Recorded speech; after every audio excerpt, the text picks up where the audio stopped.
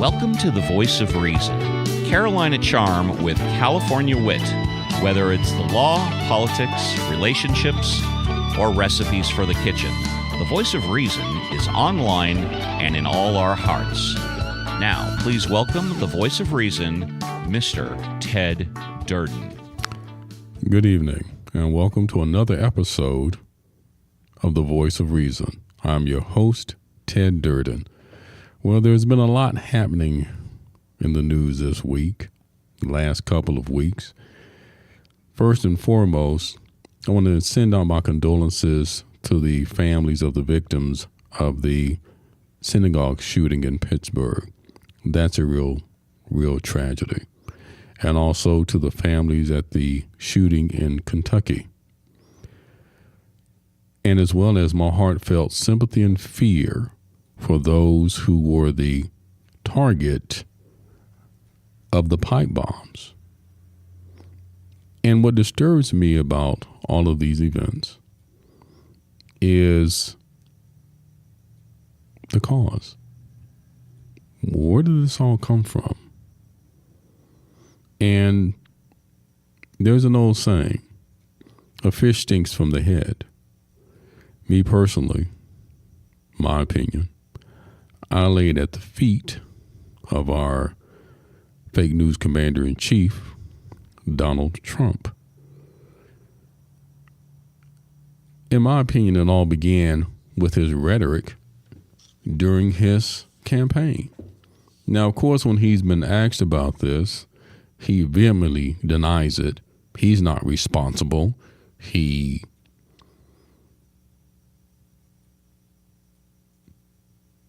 takes no responsibility for how his rhetoric may have ratcheted up his ranks.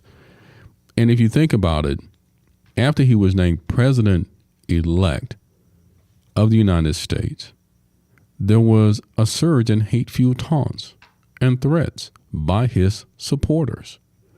There were swastikas and graffiti declaring Sieg Heil 2016 that was spray-painted in South Philadelphia.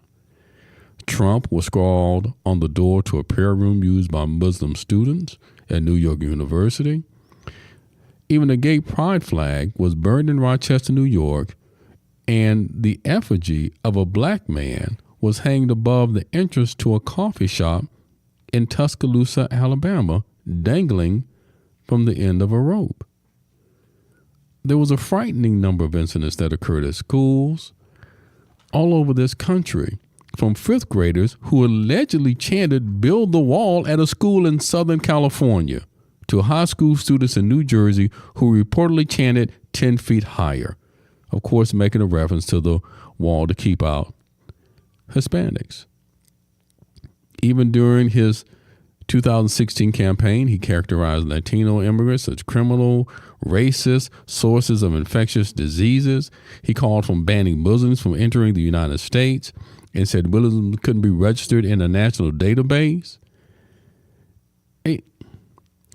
And he disavows any responsibility. You take a look at his behavior at his rallies.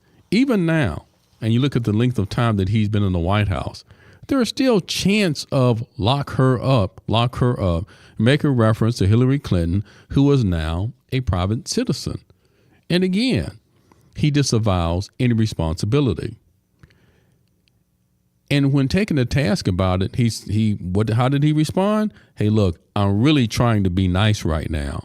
I could really tone it up. And yet he turns around and he wants to call for national unity. And then he turns around and again, instead of taking responsibility for his rhetoric, for the way that he promotes violence, in my opinion, who does he blame it on? The fake news. He blames it on the media. His explanation for his opinion? Well, if the fake news didn't report all these inaccuracies and these negativities about me, no one would feel this way. Well, I'm not saying that they've been 100% accurate, but they have certainly been more accurate in reporting the truth than you have. I mean, let's not forget that during his rallies, he made comments such as, Knock the crap out of them, would you? Seriously, okay? Just knock the hell out of them. I promise you, I will pay your legal fees. I promise, I promise. This is him. Get him out.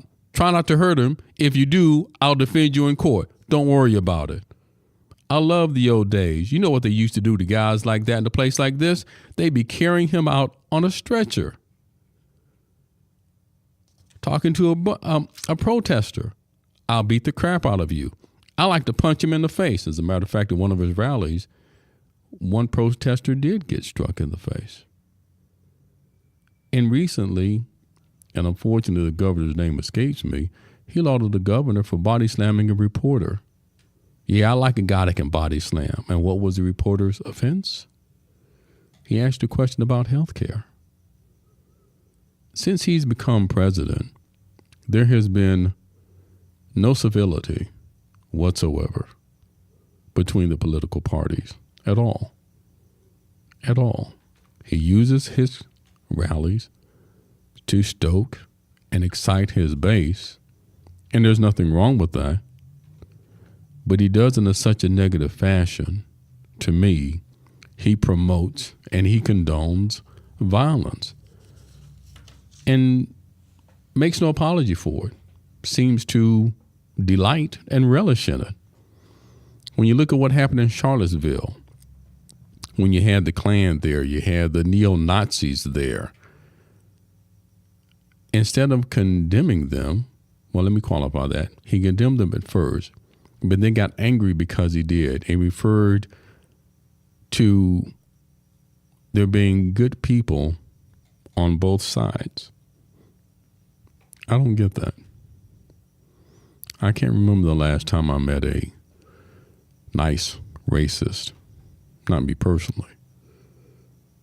Even one of them talked about the fact that they liked him, but did not like the fact that his daughter married a Jew. And let's take a look at what happened in Kentucky with Robert Browers going to a convenience store and purposely shooting blacks. And there was a white bystander who had a gun, crouched behind his car, yelled at the assailant. Excuse me, not Robert Brower, that was Gregory Bush. And what did Gregory Bush say? Don't shoot me. White people don't shoot white people. He was specifically targeting blacks. And let's not forget about what I talked about in the last show with the uptick in specifically white women calling the police. There was permit Patty on the little girl who was selling water. And then there was a woman who accused a little black boy in New York. I think they called her Cornerstone Sally, claiming that he grabbed her ass when what happened is his backpack brushed up against her. There has to be a call for civility, and it has to begin at the head. The sad part is, I don't think he's ever going to do anything to change it. I don't think he's going to tamp it down whatsoever. Him blaming the media for these atrocious events is like the rape victim getting blamed. Well, maybe she did something to encourage the rapist. Maybe it was the way that she dressed. Maybe she did something to make him think that that's what she wanted to have done to her, to be physically and violently violated. Made it seem like it must be fun. I think it's perverse. But this is who we have leading our country on the world stage. And then we have what finally happened in Pittsburgh with Robert Brower. And who was he? He was a Trump supporter. They located his van full of Trump stickers, anti-democratic slogans, targeting George Soros, Robert De Niro, Barack Obama, everyone, every single one, a Democrat, anti-Trump, anyone who came out verbally against Trump. And I'm guessing the only reason John McCain didn't get one is because, God rest his soul, he's already passed. there just seems to be no end in sight. But he wants to call for national unity and civility. It has to begin with him. But like I said, I don't see that stopping anytime soon. I tell you, he is the gift that keeps on giving. I talk about that man so much in this show and his antics. I need to just rename it TNN, all Trump all the time. That's what I feel like, because he is forever in the news to the point I'm just sick of it. When I Googled today in preparation for this topic, looking at some of the violent statements that he has made, or let me qualify that, statements that he has made condoning and encouraging violence, there were 29 pages of comments that he's made during his campaign and since he's been in office. And it's a scary thing. It's a troubling thing. And unfortunately, I just don't see it changing until he's no longer in office. Whenever that's going to be. The only thing that I can say is crazy as his ass is that he has been the only president that has tried to do something about immigration. Do I agree with the way that he's going about it? No. I don't think me personally will ever see any legitimate immigration reform in my lifetime. And I'm 60. I just don't see it happening. His latest foray into this issue is to try to stop birthright citizenship. Now, there's been a lot of chatter about that. There's been reference that the United States is not the only country that allows a child that is born on its soil to be declared an automatic citizen. And this is true. There are a lot of countries out there that have that policy. Canada, being our neighbor to the north, is one. However, the difference is there are limitations on what the birth children of an illegal immigrant or foreigner has in Canada. They do not enjoy all of the rights of a natural born Canadian citizen for someone who has spent their life there. They don't. The United States is the only civilized country in the world where if you are the child of an illegal immigrant or a legal immigrant, that you enjoy all of the inalienable rights that normal, natural-born American citizens do. Now, the way that he's trying to go about it, by way of the 14th Amendment, is subject to interpretation. And that's one of the things that I love about the law. The law, often its meaning and interpretation can't actually turn on a single word or a single series of words. So if you take a look at the 14th Amendment, one of the things that it says, and let me go off topic for 1 second on the immigration law. And this is found at Section 8 U.S.C. subsection 421A. A baby born on American soil to 1, a foreign ambassador, 2, head of state, or 3, foreign military prisoner is not an American citizen. And the reason that I point that out is that there are exceptions to the birthright citizenship that has become the subject of so much controversy. So the question is this Immigration and Nationality Act of 1952, is it unconstitutional? The fact of the matter is, it isn't. See, the Citizenship Clause of the 14th Amendment provides this.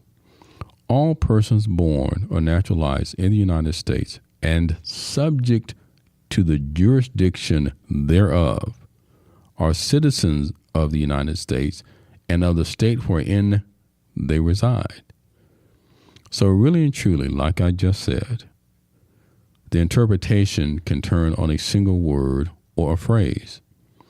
And in this instance, that phrase is subject to the jurisdiction thereof. See, when this amendment was first passed in 1865, the reason was after slavery ended, blacks were not recognized as American citizens. They weren't. And understandably so at the time. They were brought here to this country against their will. They were breeded and used as slaves. But when they were set free, and it was crafted, their purpose was to give blacks who were now freed slaves and their children the rights of American citizens. That's why it was done. And that was due to the infamous Dred Scott decision, which we all know, declared that black people were not American citizens. See, because at that time it said, all persons born in the United States and not subject to any foreign power, excluding any is not taxed or hereby declared to be citizens of the United States. So because blacks were from the African continent, they were subject to a foreign power. And again, the 14th Amendment was later changed because it had to recognize Native Americans, since they were here first before whites came along. So it comes down to that interpretation. Now, there's argument that can be made as to why he wants to do this, because of the fact that, and we know that Hispanics have been his favorite target to go after. And the reason is, and this is only based on statistical data, is that illegal immigrants have a tendency to be a drain on our country's resources. That's how he looks at it. It's been pointed out, if you go into any emergency room in any city, the majority of the injured people that are there, the patients, the majority of them are of Hispanic descent. And that's why. But they're not the only people who are attempting to take advantage of birthright citizenship. There was a story that was done by the LA Times some years ago, and it talked about Asian families. Now, we've all seen that movie that came out, I think, a month or so ago, called Crazy Rich Asians. And one of the things I don't think they touched in the movie, I don't know if they did, I didn't see the movie, I had no desire to see the movie, but there is a travel company in Japan that brings wealthy, pregnant Japanese women to the United States. Specifically, the majority of them land in New York. And the reason being is they're brought here when they're about 2 or 3 months old. They get legal visas to come here and visit, stay here for an extended period of time until that child is born. So their child is an American citizen. And the crazy rich Asians, rich as cream, provide for that child. I read in this documentary that from the moment that child is conceived, they go to New York, they'll buy an apartment, a home that's worth millions of dollars, and the child isn't even born yet. So there are all sorts of peoples that take advantage of that. It's not simply the Hispanics. And why he only talks about them, I understand, but that's not the only problem. Because if he closes that loophole, and that is what it is, it's a loophole because it's, again, subject to interpretation, he closes it for all immigrants, period. Even those from the countries he refers as Sweden or Norway or Canadians, for anyone, it would be across the board. Now, I'm sure everybody who's anti-Trump is out there screaming and shouting about this. And again, I can understand. But make no mistake, this is not the first time this issue has come up. It simply isn't. And you may want to say that, and you may want to vilify Trump because of it. But here's the reality of it. In 2003, there was a liberal Democratic judge, Richard Posner, Seventh Circuit. This is what he wrote regarding birthright citizenship. So sit down, grab onto your gonads or your privates, and this is what he said. We should not be encouraging foreigners to come to the United States solely to enable them to confer U.S. citizenship on their future children. But the way to stop that abuse of hospitality is to remove the incentive by changing the rule on citizenship. He wrote a concurrence in order to demand that Congress pass a law to stop awarding citizenship to everyone born in the United States. That's what he wrote.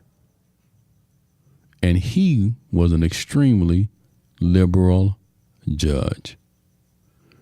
And it's one of these things that, as we often talk on this show and on WorldCom Matters, you have to think about what the framers of the Constitution intended when they wrote that.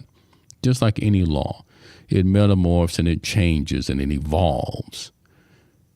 And I'm sure when it was crafted, they never imagined that this country, the United States, would be facing the immigration crisis that it does now.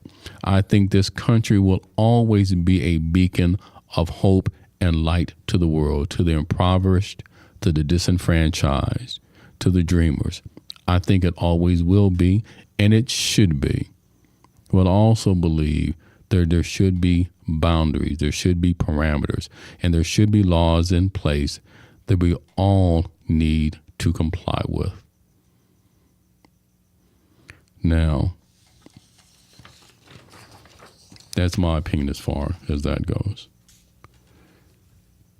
The relationship trend this week I want to talk about is a little bit off the beaten path and not the norm.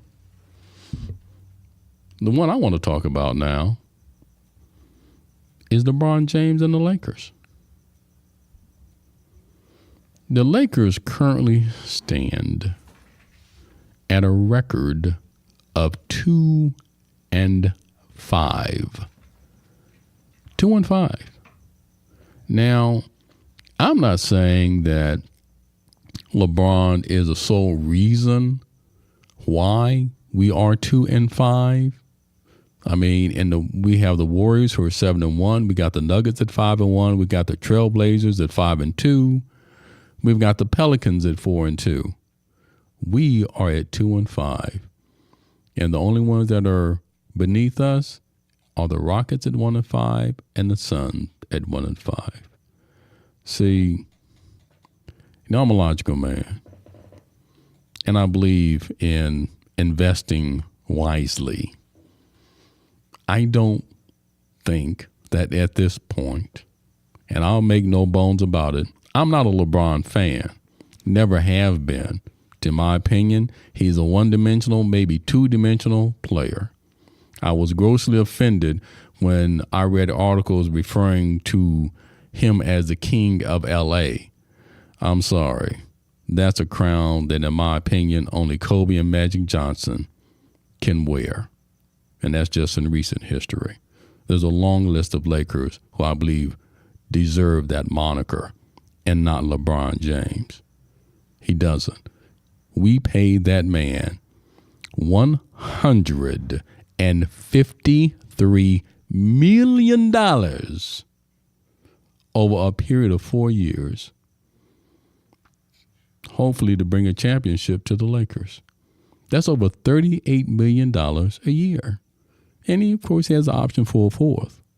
Now, he, in my opinion, and all of his arrogance, says, oh, I'm not worried about my shooting stats. I'm not worried about missing so many shots. Well, you know what, LeBron?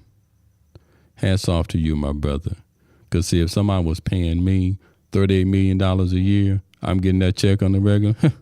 I wouldn't worry about my shooting percentage anyway. Why would I? If they kick your ass to the curb, guess what? You get your $153 million anyway. Doesn't matter how good or how bad you play. But see, in my opinion, if I'm going to drop that kind of coin on a player, he got to come in like hellfire out the gate. The Lakers, that stat should be closer to the Warriors. Should be. We should be 6-1, not 2-5. We shouldn't be. And I understand that you can't do it by yourself, because we saw enough of that in Cleveland, didn't we?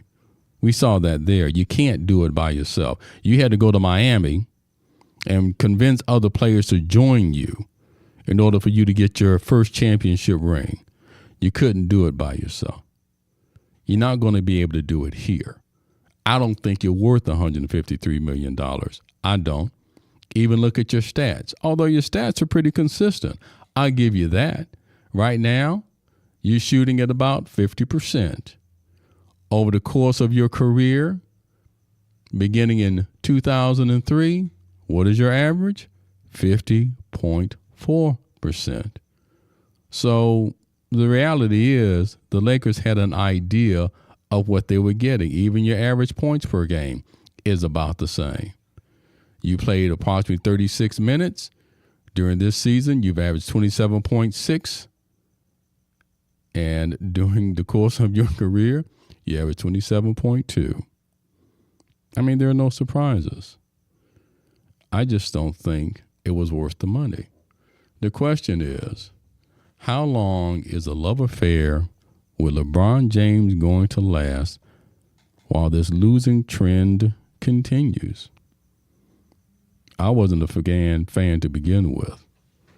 Me personally, I don't know. Maybe give him to the end of this season.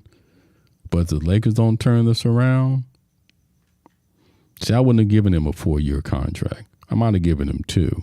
Because the reality is he's older. He's on the downside. I don't care how well he performed last year. He's older. He's an old man, according to NBA standards. And he's no king. Not to me. Again, Kobe deserves that crown. He's a more exciting player. He's more explosive.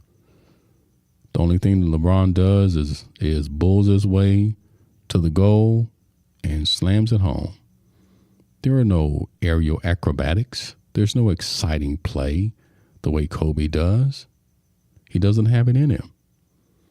So, like I said, we'll see how long it lasts. Me, the love affair ended as soon as I found out how much he was being paid. Speaking of love affairs, nice segue, right? You know I have a real love affair with food. I've given out some pretty good recipes in the last few weeks, since my inaugural show. Today I'm going to focus on an appetizer. One of my favorites, absolutely. And the reason I'm going to talk about appetizers for right now, we've got Thanksgiving holidays coming up, and that dinner is pretty much set. Turkey, ham, whatever your fare of choice is going to be with the usual accoutrement. But I want to talk about endive spears with sweet potato, bacon, and chives. Now, I say endive because I speak fluent French, and a lot of you may call it endive. Well, it's endive. Sounds better, sounds sexier anyway. So what you want to do is most endives, when you see them at the store, they're young. I like because for me, it's all about presentation. If you get them, let them sit for a couple of days so that the tips turn this real dark leafy green, because again, it's all about presentation.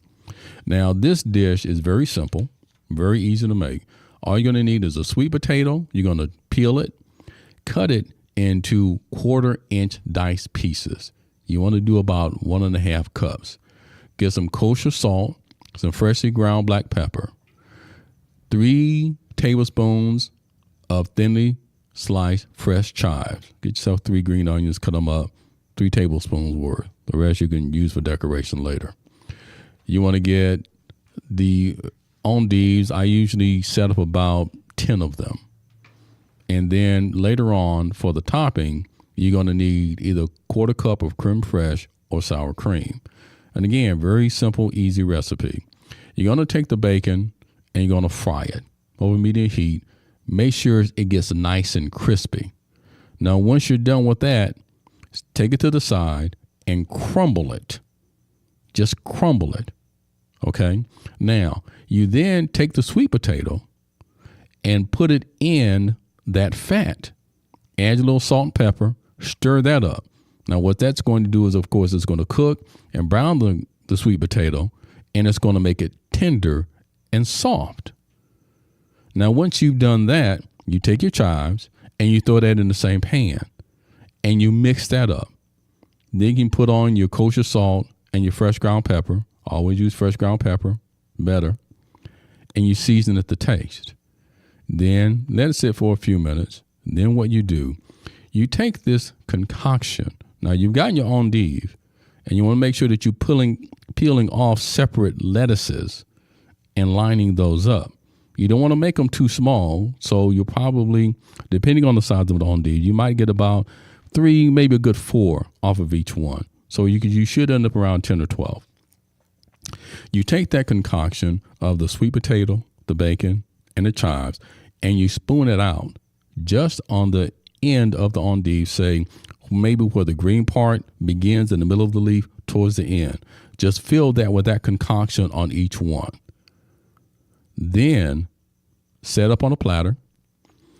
Then take your creme fraiche or your sour cream and spoon a dollop on top of each one. It's a quick recipe. It only takes about 15 minutes tops. And then you just let it sit, put it in the fridge if you want to let it cool, because you have the sour cream on it, and serve it up. Great appetizer. I'm a wine aficionado, as you all know. And because of the pork, because of the bacon, and if you don't want to use pork, you can certainly use turkey, but, pork has that flavor. Like they say, everything goes good with bacon. So a nice Pinot, the acidity in the Pinot offsets and accents the sweetness of the potato, the creaminess of the creme fraiche, and the bacon. It is just so good. That's food porn right there. This brings me to the end of my show. This has been another episode of The Voice of Reason. I have been your host, Ted Durden. Thank you for listening. Look forward to you tuning in at the next show, where I will once again talk about subjects that relate to the matters of the day. And remember, irrational minds only prevail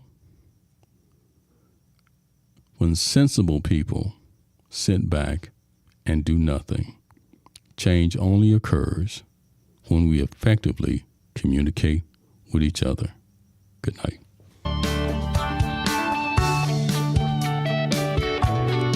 You've been listening to The Voice of Reason, hosted by Mr. Ted Durden. The Voice of Reason is produced and directed by Appel & Associates and is part of the WordCompMatters.org podcast channel. All opinions expressed on The Voice of Reason are the sole opinions of Mr. Ted Durden and do not necessarily reflect the opinions of his advertisers or the WordComp Matters channel. For The Voice of Reason, my name is Steve Appel.